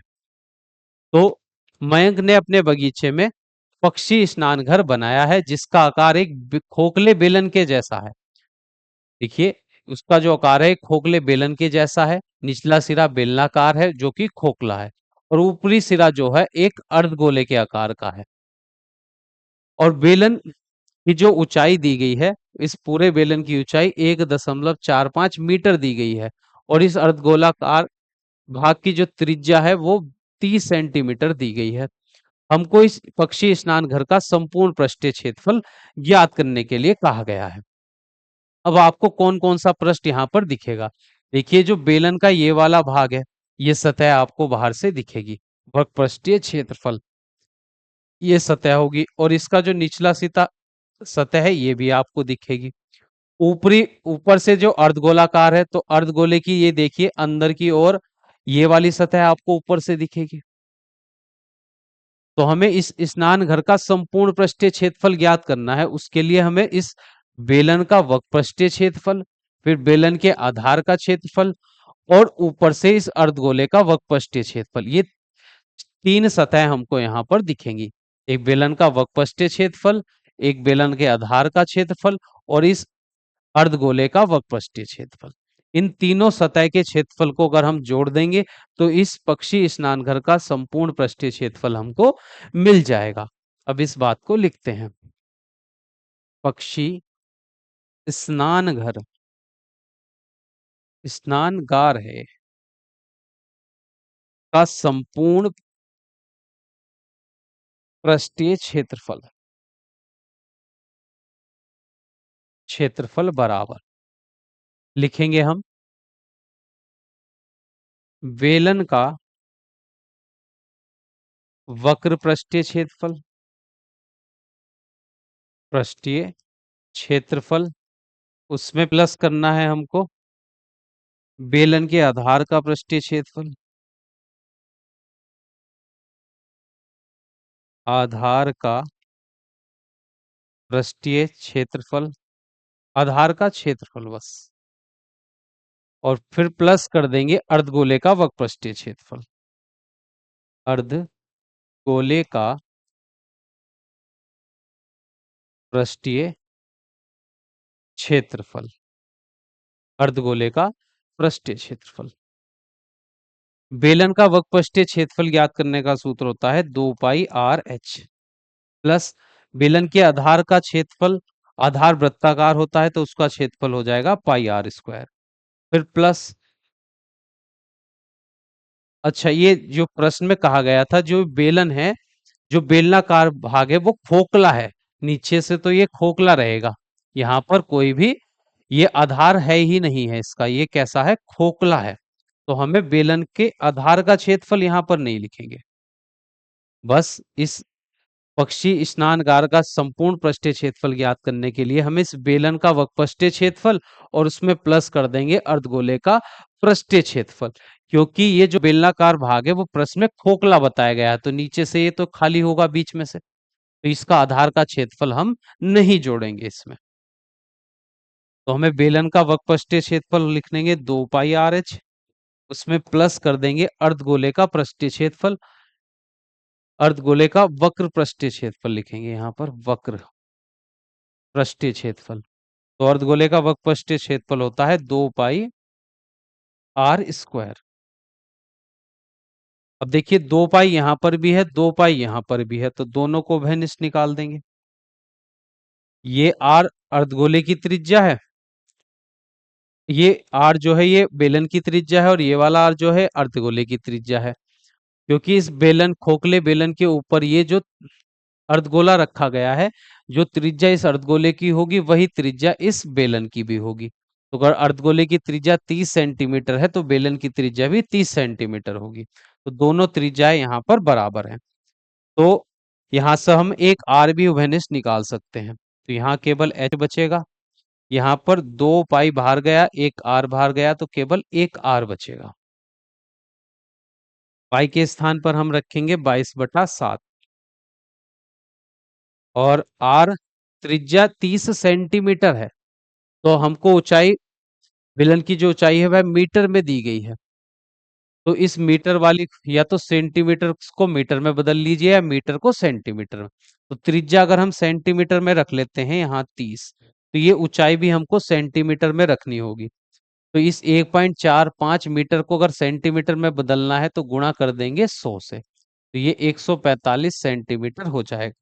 तो एच का मान हो जाएगा 145 प्लस त्रिज्या आर का मान है यहाँ पर 30। अब इनकी गुणा कर लेते हैं, 22 दूनी हो जाएंगे 44, तो ये आएगा 44 गुणा 30 बटे में 7, और कोष्टक के अंदर 145 में 30 जोड़ देंगे तो आ जाएगा 175। अब देखिए ये 7 से कट जाएगा 175, 7 दूनी 14, 3 बचेंगे, 7 पंजे 35, तो 44 गुणा 30 गुणा 25। अब ये जीरो का जीरो लगा लेते हैं, 3 चौक 12 का 2 हासिल लगाए, 3 चौक 12 और 1 13, फिर 25 से गुणा करनी है, तो जीरो, 25 दूनी 50 का जीरो हासिल लगे 5, 25 या 75, 25 या 75 और 5 और जोड़ देंगे तो 80 का जीरो हासिल लगे 8, 25 कन 25 और 8 जोड़ेंगे तो हो जाएंगे 33, तो 33,000 वर्ग सेंटीमीटर आ जाएगा उस पक्षी स्नानगार का संपूर्ण पृष्ठीय क्षेत्रफल। ये तो वर्ग सेंटीमीटर में है, अगर इसको मीटर स्क्वायर में बताना है, वर्ग मीटर में बताना है, तो इसको हम भाग कर देंगे 10,000 से। अगर 10,000 से इसको भाग करेंगे तो ये वर्ग मीटर में आ जाएगा, 3 जीरो से 3 जीरो कटेंगे, 10 से इसको भाग करने पर 3.3 वर्ग मीटर आ जाएगा। 3.3 वर्ग मीटर उस पक्षी स्नानगार का संपूर्ण पृष्ठीय क्षेत्रफल है। तो ये उदाहरण नंबर 4 हमारा कंप्लीट हो चुका है। अब हम चलते हैं नेक्स्ट प्रश्न पर, उदाहरण नंबर 5 पर। अब देखिए उदाहरण नंबर 5 क्या है। उदाहरण नंबर 5, शांता किसी शेड में एक उद्योग चलाती है। यह शेड एक घनाभ के आकार का है जिस पर एक अर्ध बेलनाकार आरोपित है। देखिए शांता जो है एक उद्योग चलाती है शेड में, और शेड का जो निचला आकार है वो तो है घनाभ के आकार का। ये निचला जो शेड का जो आकार है वो घनाभ के आकार का है, और जो ऊपरी सिरा है उसका वो अर्ध बेलनाकार है। अगर बेलन को हम बीच में से काट देंगे तो ये अर्ध बेलनाकार हो जाएगा, ऊपरी सिरा आधा बेलन के बेलनाकार है। अब आगे कहा गया है, देखिए आकृति 12.12, यदि इस शेड के आधार की जो विमाएं हैं वह 7 मीटर 15 मीटर गुणा 15 मीटर है तथा घनाभकार भाग की ऊंचाई 8 मीटर है, तो इस घनाभकार भाग की विमाएं हमको दी गई हैं। इसकी लंबाई तो दी गई है 7 मीटर, देखिए इसकी चौड़ाई तो दी गई है 7 मीटर और लंबाई दी गई है 15 मीटर, और इसकी ऊंचाई प्रश्न में बताई गई है 8 मीटर। तो शेड में समावेशित हो सकने वाली हवा का आयतन ज्ञात कीजिए। तो हमें उस आयतन को ज्ञात करना है जो इस शेड में आ सकता है, घेरा जा सकता है। उस हवा का आयतन बताना है जो इस शेड में जितनी हवा आ सकती है वो आयतन हमको बताना है। और फिर आगे प्रश्न में कहा गया है, उन्हें यदि यह मान ले कि शेड में रखी मशीनरी 300 घन मीटर स्थान घेरती हैं तथा शेड के अंदर 20 श्रमिक हैं जिसमें से प्रत्येक 0.08 घन मीटर के औसत से स्थान घेरते हैं, तब शेड में कितनी हवा होगी। तो पहले हमें उस हवा का आयतन ज्ञात करना है। अगर इस शेड के अंदर कुछ भी नहीं रखा है, कोई मशीन नहीं है, इसके अंदर कोई श्रमिक काम नहीं कर रहा है, केवल ये शेड खाली है, तो इस खाली शेड के अंदर कितनी हवा आ सकती है उसका आयतन पहले हमको बताना है। फिर उसके बाद प्रश्न में आगे कहा गया है, फिर हमको अगर मशीनरी द्वारा 300 घन मीटर की हवा घेर ली जाती है और 20 श्रमिक उसके अंदर काम करते हैं, एक श्रमिक 0.08 घन मीटर की हवा औसत से घेरता है, तब उसमें कितनी हवा और आ सकती है। तो पहले हमें उस हवा का आयतन ज्ञात करना है जब इस शेड के अंदर कोई भी ना तो मशीन रखी है ना कोई श्रमिक इसके अंदर कार्य कर रहा है। तो हम पहले लिखेंगे हवा का आयतन। हवा का आयतन, हवा का आयतन बराबर, देखिए ये जो शेड बना हुआ है ये दो आकृतियों से मिलकर बना है, एक तो घनाभ से और ऊपर अर्ध बेलनाकार भाग से।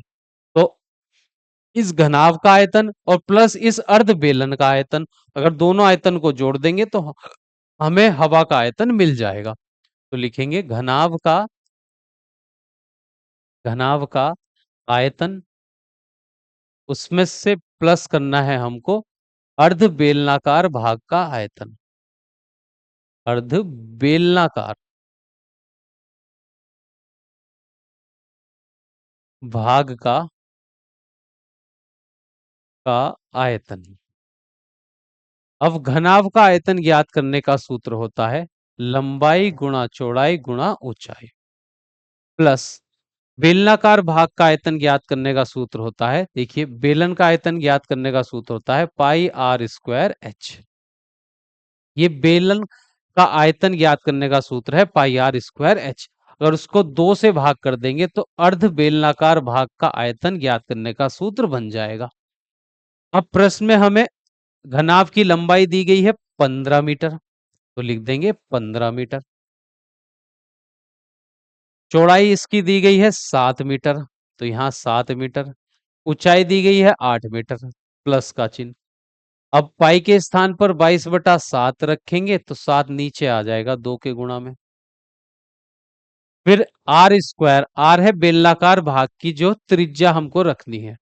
अब देखिए जो बेलनाकार भाग है उसका जो व्यास होगा वह इस घनाभ की चौड़ाई के बराबर होगा। अगर चौड़ाई 7 मीटर है तो अगर इसका व्यास 7 मीटर हो जाएगा, और व्यास का आधा करेंगे तब इसकी त्रिज्या हमको मिलेगी। 7 का आधा 7/2, तो यहाँ 7 का स्क्वायर और नीचे आ जाएगा 2 का स्क्वायर। क्योंकि 7/2 लिखेंगे, आर का वर्ग करना है हमको, तो 7 का भी वर्ग हो जाएगा, उस बटे वाले 2 का भी वर्ग हो जाएगा।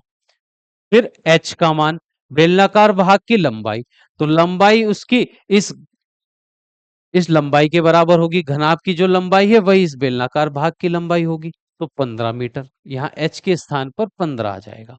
अब इसको हल करते हैं। 15 सत्ते, देखिए 15 सत्ते हो जाएंगे 105 वर्ग मीटर, फिर गुणा करनी है हमको 8 मीटर से। फिर यहाँ पर ये 22 गुणा 7 का वर्ग 49, फिर गुणा में 15, और नीचे देखिए ये 7 गुणा 2 गुणा 2 का वर्ग 4। 7 से 49 कटेगा 7 बार, फिर इस 2 से कट जाएगा 22 11 बार। अब 105 की गुणा 8 से कर देते हैं, 8 पंजे 40, तो ये 840 आ जाएगा, और घन मीटर।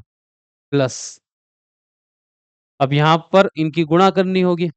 11 सत्ते 77, 77 की गुणा हम 15 से करेंगे, तो 15 सत्ते 105 का 5 हासिल लगे 10, 15 सत्ते 105 और 10 जोड़ेंगे तो 115, और बटे में उसके हो जाएगा, केवल यहां पर बचा है 4। ये भी है घन मीटर, तो 840 घन मीटर। प्लस 4 से इसको भाग कर देते हैं, तो 4 दूनी 8, 3 बच जाएंगे, 35 हो गया, 4 अट्ठे 32, 4 अट्ठे 32 हो गया ये।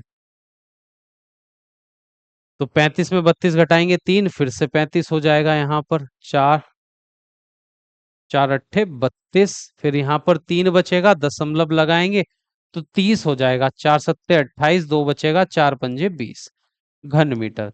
अब इनको हम जोड़ लेते हैं, तो दशमलव के बाद 75 तो जैसा था वैसे ही आ जाएगा। 8 में 0 जोड़ने पर 8, 8 में 4 जोड़ेंगे 12 का 2 हासिल लगा 1, 8 2 10 और 1 11, ये घन मीटर। तो ये आ गया है उस हवा का आयतन, जो ये उस हवा का आयतन है जब इस शेड के अंदर ना तो कोई मशीन रखी हुई है और ना कोई श्रमिक इसके अंदर काम कर रहा है, तो इसके अंदर इतनी हवा आ सकती है। उस हवा का आयतन है एक 1128.75 घन मीटर। तो ये आ गया हवा का आयतन। अब प्रश्न में आगे हमसे कहा गया है कि अगर पुनः यदि हम मान ले कि शेड में रखी हुई मशीनरी तो इतनी स्थान घेरती है, और एक श्रमिक जो है वो इतना स्थान घेरता है, उसमें 20 श्रमिक कार्य करते हैं। तो अगर मशीन उसके अंदर रख दी जाए और ये 20 श्रमिक उस शेड के अंदर आ जाए, तो अब उसके अंदर कितनी हवा होगी उसका आयतन हमें ज्ञात करना है। अब लिखते हैं पुनः, पुनः हवा का आयतन, हवा का आयतन जब शेड में, जब शेड में मशीनरी मशीनरी तथा 20 श्रमिक हो तब, श्रमिक हो तब। अगर हम देखिए इस पूरी हवा के आयतन में से, जो हवा का आयतन आया था उसमें से मशीन का आयतन घटा दे, मशीन जितना स्थान घेरती है वो आयतन इसमें से घटा दें, और 20 श्रमिक जितना आयतन घेरते हैं वो इस हवा में से घटा दें, कुल हवा में से, तो हमें उस हवा का आयतन मिल जाएगा। तो यहां पर हम लिखते हैं शेड का आयतन,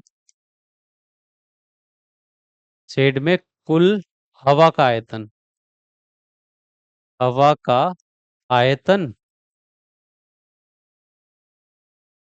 तन माइनस कर देंगे मशीनरी का आयतन, का आयतन, या माइनस कर देंगे हम मशीनरी का आयतन और उसमें जोड़ेंगे 20 श्रमिक का आयतन, का आयतन। अब मशीनरी का आयतन और 20 श्रमिकों द्वारा जो हवा घेरी जाएगी उसका आयतन, ये सब जोड़कर हम इस शेड के अंदर कुल जितनी हवा आ सकती थी उसमें से घटा देंगे, तो हमें वह आयतन मिल जाएगा।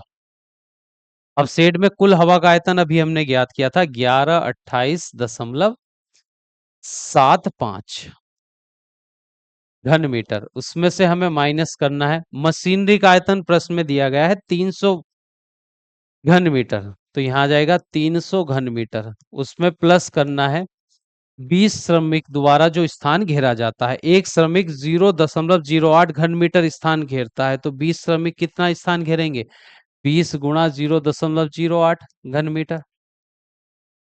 अब इसको तो ऐसे ही उतार देते हैं, 300 घन मीटर प्लस 20 की गुणा करेंगे 8 दूनी 16 और 1 0, दशमलव पीछे से 2 अंक के बाद, ये आ गया, ये 1128.75 घन मीटर माइनस, इनको जोड़ लेंगे तो आ जाएगा 301.60 वर्ग घन मीटर। अब इसको हमें इसमें से माइनस कर देना, चलिए करते हैं माइनस। अब 5 में 0 घटाने पर 5 मिल जाएगा, 7 में 6 घटाएंगे तो 1 मिल जाएगा दशमलव, 8 में से 1 घटाने पर 7, अब 2 में 0 घटाएंगे 2, और 11 में से 3 घटा देंगे तो 8, 827.15 घन मीटर उस हवा का आयतन होगा जो उसमें तब आ सकती है जब इस शेड के अंदर मशीन भी होंगी और 20 श्रमिक भी होंगे, तो ये उस हवा का आयतन आ गया है, और यही हमारे इस प्रश्न का हो जाएगा सही उत्तर। अब हम चलते हैं उदाहरण नंबर 6 पर। उदाहरण नंबर 6 देखिए, अब इसमें हमें कहा गया है एक जूस बेचने वाला अपने ग्राहक को आकृति 12.13 में दर्शाए गिलासों से जूस देता था।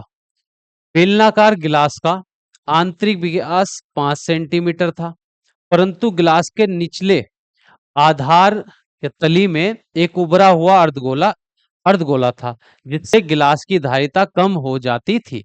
यदि एक गिलास की ऊंचाई 10 सेंटीमीटर थी, तो गिलास की आभासी धारिता या उसकी तथा उसकी वास्तविक धारिता ज्ञात कीजिए।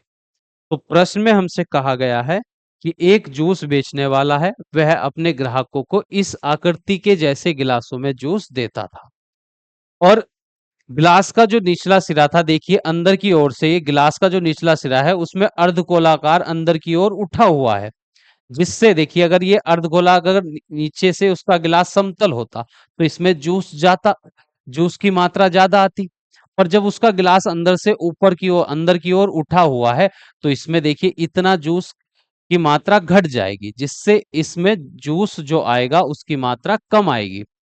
और प्रश्न में हमसे कहा गया है कि बेलनाकार गिलास का जो आंतरिक व्यास है वह 5 सेंटीमीटर है, इसका जो व्यास दिया गया है वह 5 सेंटीमीटर दिया गया है, परंतु गिलास के निचले आधार में एक उभरा हुआ अर्धगोला था, जिससे उस गिलास की धारिता कम हो जाती थी। इस गिलास की ऊंचाई है 10 सेंटीमीटर, ये ऊंचाई है 10 सेंटीमीटर। तो हमें गिलास की आभासी धारिता निकालनी है कि जो जूस की मात्रा वह ग्राहकों को देता था, और जो वास्तविक धारिता थी, जो वास्तव में उसकी धारिता, आभासी जो धारिता हमको दिख रही है, और जो वास्तविक वह धारिता होगी जो उसकी होनी चाहिए थी रियल में। वास्तविक धारिता, आभासी वह है जो जितनी मात्रा जूस की वह देता था ग्राहकों को, तो वह हो जाएगी उसकी आभासी धारिता। और वास्तव में जितना जूस इस जूस की मात्रा इस गिलास में आनी थी, वह इसकी उस जूस की धारिता हो जाएगी उसकी वास्तविक धारिता। तो पहले हम गिलास की आभासी धारिता ज्ञात करते हैं। तो लिखते हैं गिलास की आभासी धारिता, आभासी धारिता।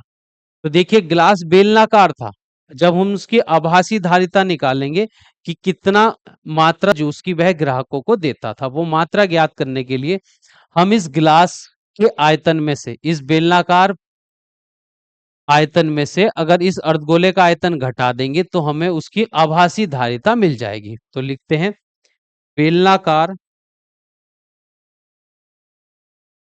बेलनाकार भाग का आयतन,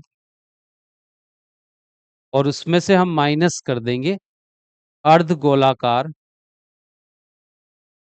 गोलाकार भाग का आयतन,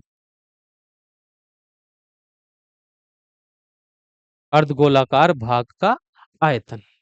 देखिए बेलनाकार भाग का आयतन ज्ञात करने का सूत्र पाई आर स्क्वायर एच, और उसमें से माइनस करना है अर्धगोले का आयतन। अर्धगोले का आयतन होता है 2/3 पाई आर की घात 3।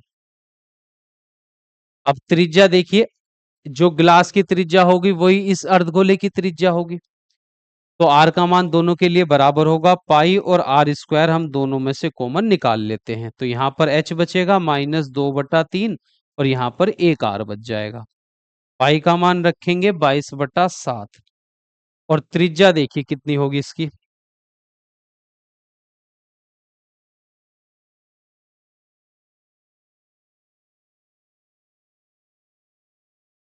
देखिए त्रिज्या यहाँ पर इस प्रश्न में दिया गया है, उसका जो व्यास है गिलास की धारिता का जो आंतरिक व्यास है वह 5 सेंटीमीटर है, तो उसकी त्रिज्या उसकी आधी हो जाएगी, 5/2 उसका वर्ग आ जाएगा। अब यहाँ h का मान, h उस गिलास की ऊंचाई है, ऊंचाई हो जाएगी 10 सेंटीमीटर, और 2/3 आर का मान निकालना है हमें। 2/3 आर उसकी त्रिज्या है 5/2, और ये कोष्टक बंद।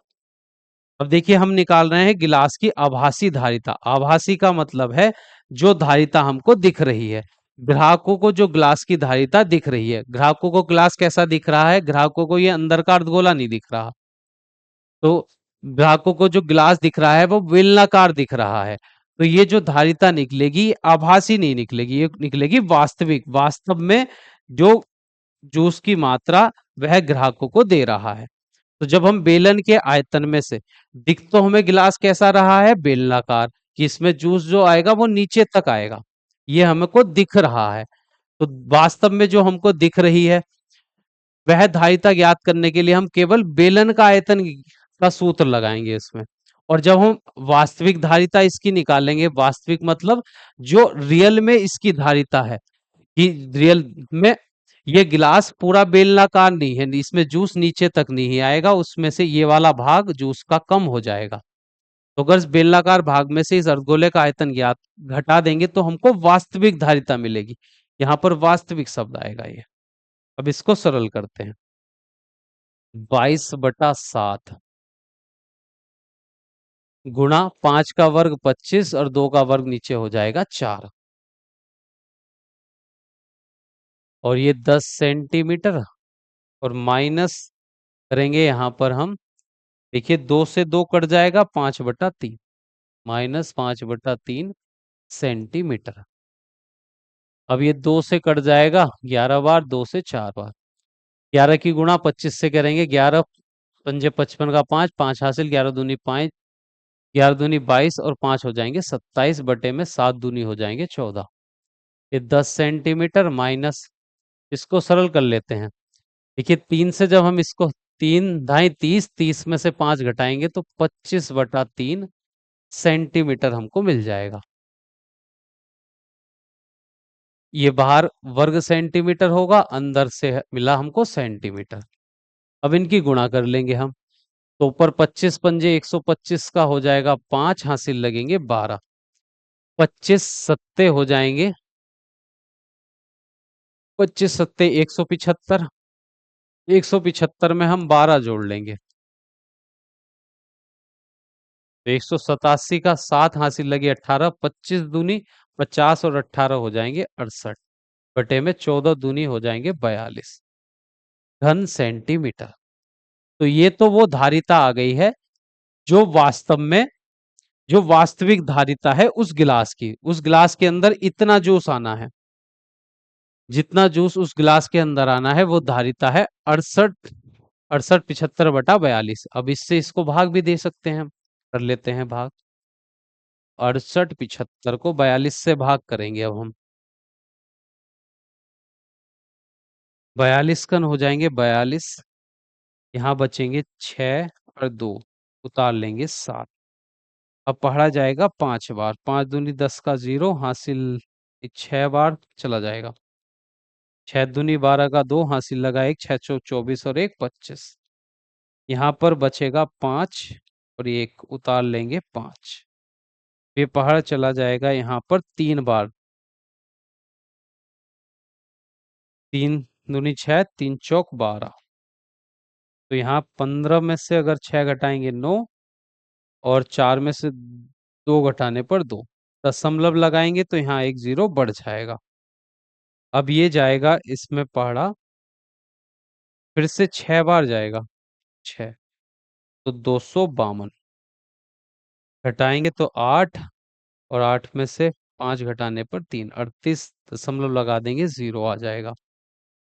फिर ये जाएगा लगभग 9 बार।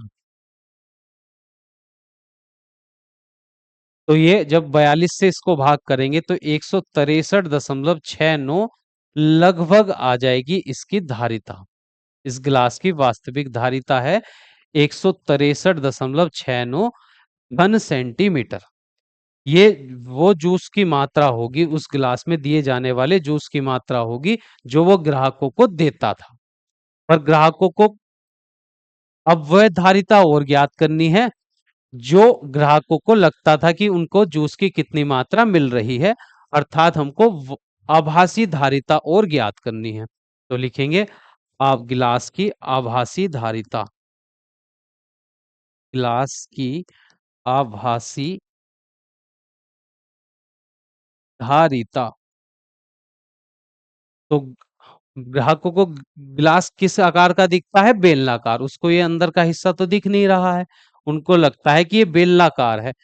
तो हम उस गिलास की जब आभासी धारिता निकाल लेंगे तो केवल बेलनाकार भाग का आयतन निकाल लेंगे। बेलनाकार भाग का आयतन।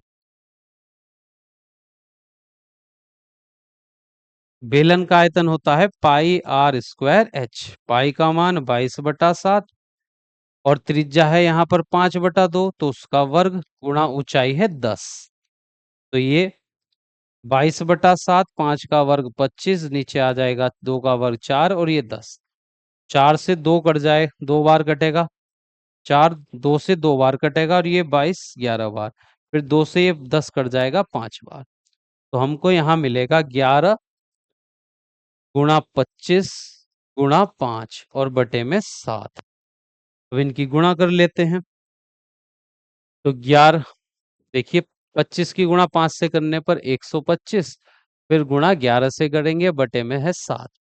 11 पंजे 55, 5 हासिल, 11 दूनी 22 और 5 हो जाएंगे 27 का 7, हासिल लगे 2।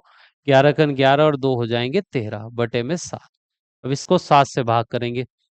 7 × 7, बचेंगे यहाँ पर 6। 7 × 9 = 63, बच जाएंगे यहाँ पर 4। 7 × 6 = 42, यहाँ पर बचेंगे 3, दशमलव लगा देंगे तो 30 हो जाएगा। 7 चौक 28, फिर 2 बचेगा, 20 हो जाएगा। 7 दूनी 14, 6 बचेंगे, 7 अट्ठे 56। लगभग इतनी धारिता ग्राहकों को लगती थी जूस की। कि गिलास की धारिता, आभासी धारिता कितनी थी? 196.428 ये धारिता थी। यह है घन सेंटीमीटर में। और यहां पर भी जो उत्तर घन सेंटीमीटर में आया था कि जो जूस वाला व्यक्ति था वह ग्राहकों को जूस इस आकार के गिलास में देता था। तो ग्राहकों को जो जूस की मात्रा लगती थी वह कितनी लगती थी? 196.428। कि इतना जूस की मात्रा उनको मिली है। और वास्तव में उनको मात्रा कितनी मिलती थी? क्योंकि ग्लास अंदर से उभरा हुआ था तो उसमें जूस की मात्रा कम आती थी। वो कितनी कम आती थी? 163.69 घन सेंटीमीटर ही जूस ग्राहकों को मिलता था। और परंतु उनको लगता ऐसा था जैसे 196.428 घन सेंटीमीटर जूस की मात्रा है।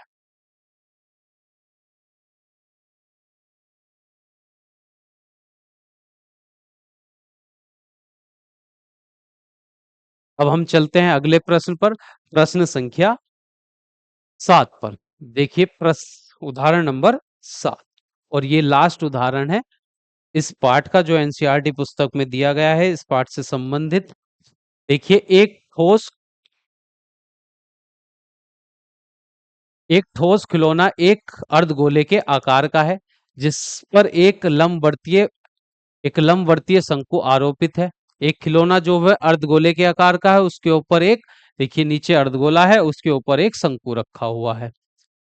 शंकु की ऊंचाई 2 सेंटीमीटर दी गई है तथा आधार का व्यास 4 सेंटीमीटर है। तो इस खिलौने का आयतन निर्धारित कीजिए। तो हमें पहले खिलौने का आयतन ज्ञात करना है। फिर एक लंबवर्तीय बेलन पर इस खिलौने के परिगत हो तो बेलन और खिलौने के आयतन का अंतर ज्ञात कीजिए। फिर अगर हम ये खिलौना एक बेलन के अंतर्गत रखा हो तो हमें इस बेलन के आयतन का और इस खिलौने के आयतन का अंतर ज्ञात करना है। तो पहले हमें बेलन का आयतन ज्ञात करना होगा, उसमें इस खिलौने का आयतन घटा देंगे तो हमें दूसरा उत्तर मिल जाएगा। चलिए शुरू करते हैं इस प्रश्न को हल करना। तो पहले हम ज्ञात करेंगे खिलौने का आयतन। खिलौने का आयतन, खिलौने का आयतन। प्रश्न में कहा गया है खिलौना जो है नीचे से तो अर्धगोले के आकार का है, उसके ऊपर एक शंकु रखा हुआ है। तो अगर इस अर्धगोले का आयतन प्लस शंकु का आयतन दोनों जोड़ देंगे तो हमें इस खिलौने का आयतन मिल जाएगा। तो लिखेंगे अर्धगोले का आयतन, अर्धगोले का आयतन और प्लस कर देंगे उसमें हम शंकु का आयतन, शंकु का आयतन। ठीक है। अर्धगोले का आयतन होता है 2/3 पाई आर की घात 3 और शंकु का आयतन होता है पाई आर स्क्वायर। देखिए शंकु का आयतन होता है 1/3 पाई आर स्क्वायर एच। यह है शंकु का आयतन। अब प्रश्न में हमें शंकु की ऊंचाई दी गई है, शंकु के आधार का व्यास दिया गया है और शंकु जो है अर्धगोले के ऊपर अध्यारोपित है, इसलिए जो अर्धगोले का आधार होगा वही शंकु का आधार होगा। तो आधार का जब व्यास यहां पर दिया गया है हमको 4 सेंटीमीटर, तो उसकी त्रिज्या हो जाएगी इसकी आधी 2 सेंटीमीटर।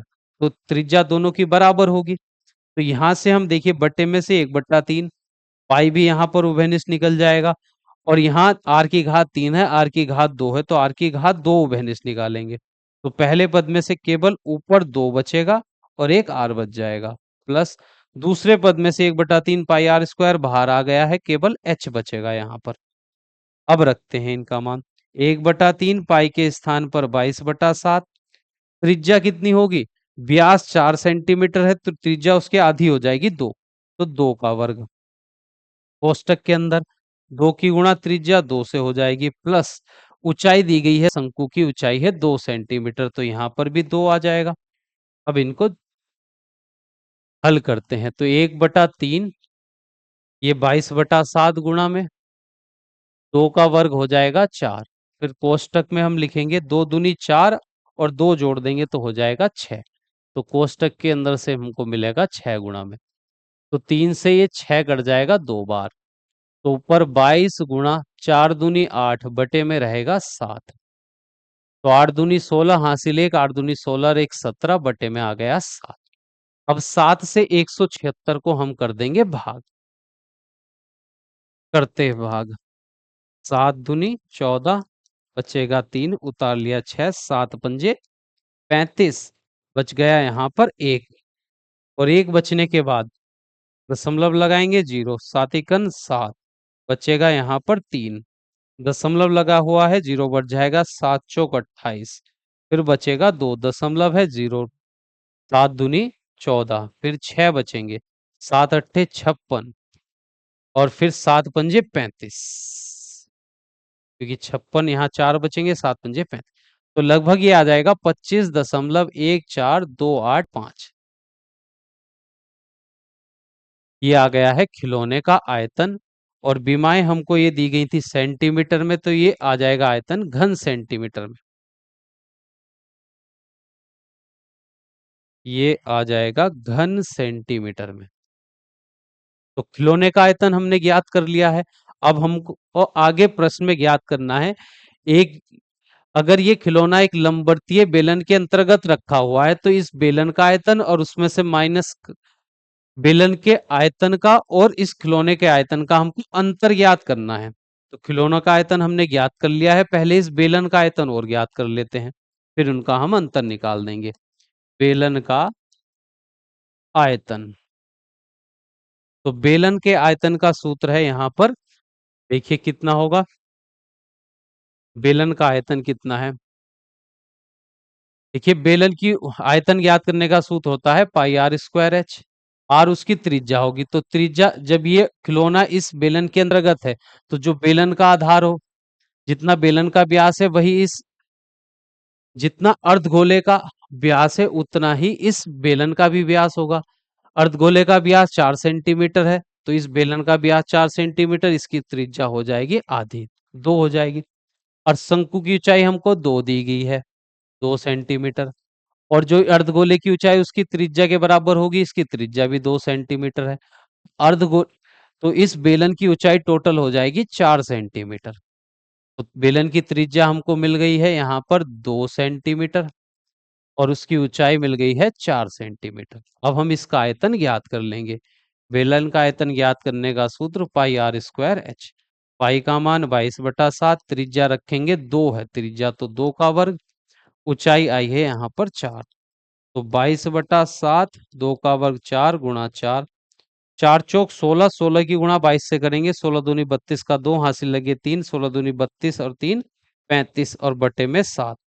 अब 7 से हम इसको कर देंगे भाग, तो 7 पंजे हो जाएगा 35, 7 पंजे 35, और 2 में पढ़ा जाएगा नहीं तो 0 लगाएंगे, दशमलव हो जाएगा 20, 7 दूनी होगा 14, बचेंगे यहाँ पर 6, तो 60 हो जाएगा, 7 अट्ठे 56, फिर 4 बचेंगे 40 हो जाएगा, 7 पंजे 35, फिर 5 बचेंगे, 7 सत्ते 49, तो लगभग ये आ जाएगा, लगभग। अब हमको इन दोनों खिलौनों का जो आयतन आया है और इस बेलन का जो आयतन है, दोनों का अंतर ज्ञात करना है, तो हम लिखते हैं अंतर, अंतर ज्ञात करेंगे, आयतनों का अंतर। तो बेलन का आयतन अधिक है, तो लिखेंगे 50.2857, 2857, उसमें से हमको माइनस करना है इस खिलौने का आयतन 25.1628, लगभग 4 अंकों तक लिखेंगे, तो इसका 5 की वजह से ये 8 का हो जाएगा यहाँ पर 9, तो इसको 9 लिख लेंगे हम। अब इनको घटा लेते हैं, अब 17 में से 9 घटाने पर तो हमको मिलेंगे 8, 4 में से 2 घटाएंगे 2 मिल जाएगा, 8 में से 6 घटाने पर हमको मिलेगा 2, फिर 2 में से 1 घटाने पर आ जाएगा 1, और 50 में से 25 घटाएंगे तो आ जाएगा 25, तो 25.1228 लगभग ये आ जाएगा दोनों के आयतनों का अंतर, घन सेंटीमीटर, और यही हमारे इस प्रश्न का हो जाएगा सही उत्तर। तो आज की इस कक्षा में हमने पाठ संख्या 12, जिसका नाम था पृष्ठीय क्षेत्रफल और आयतन, से संबंधित एनसीईआरटी पुस्तक में हमको 7 उदाहरण दिए गए थे, वो हमने यहाँ पर कंप्लीट कर लिए हैं। नेक्स्ट क्लास में हम नया पाठ स्टार्ट करेंगे, पाठ संख्या 13। तो मिलते हैं नेक्स्ट क्लास में नए पाठ के साथ।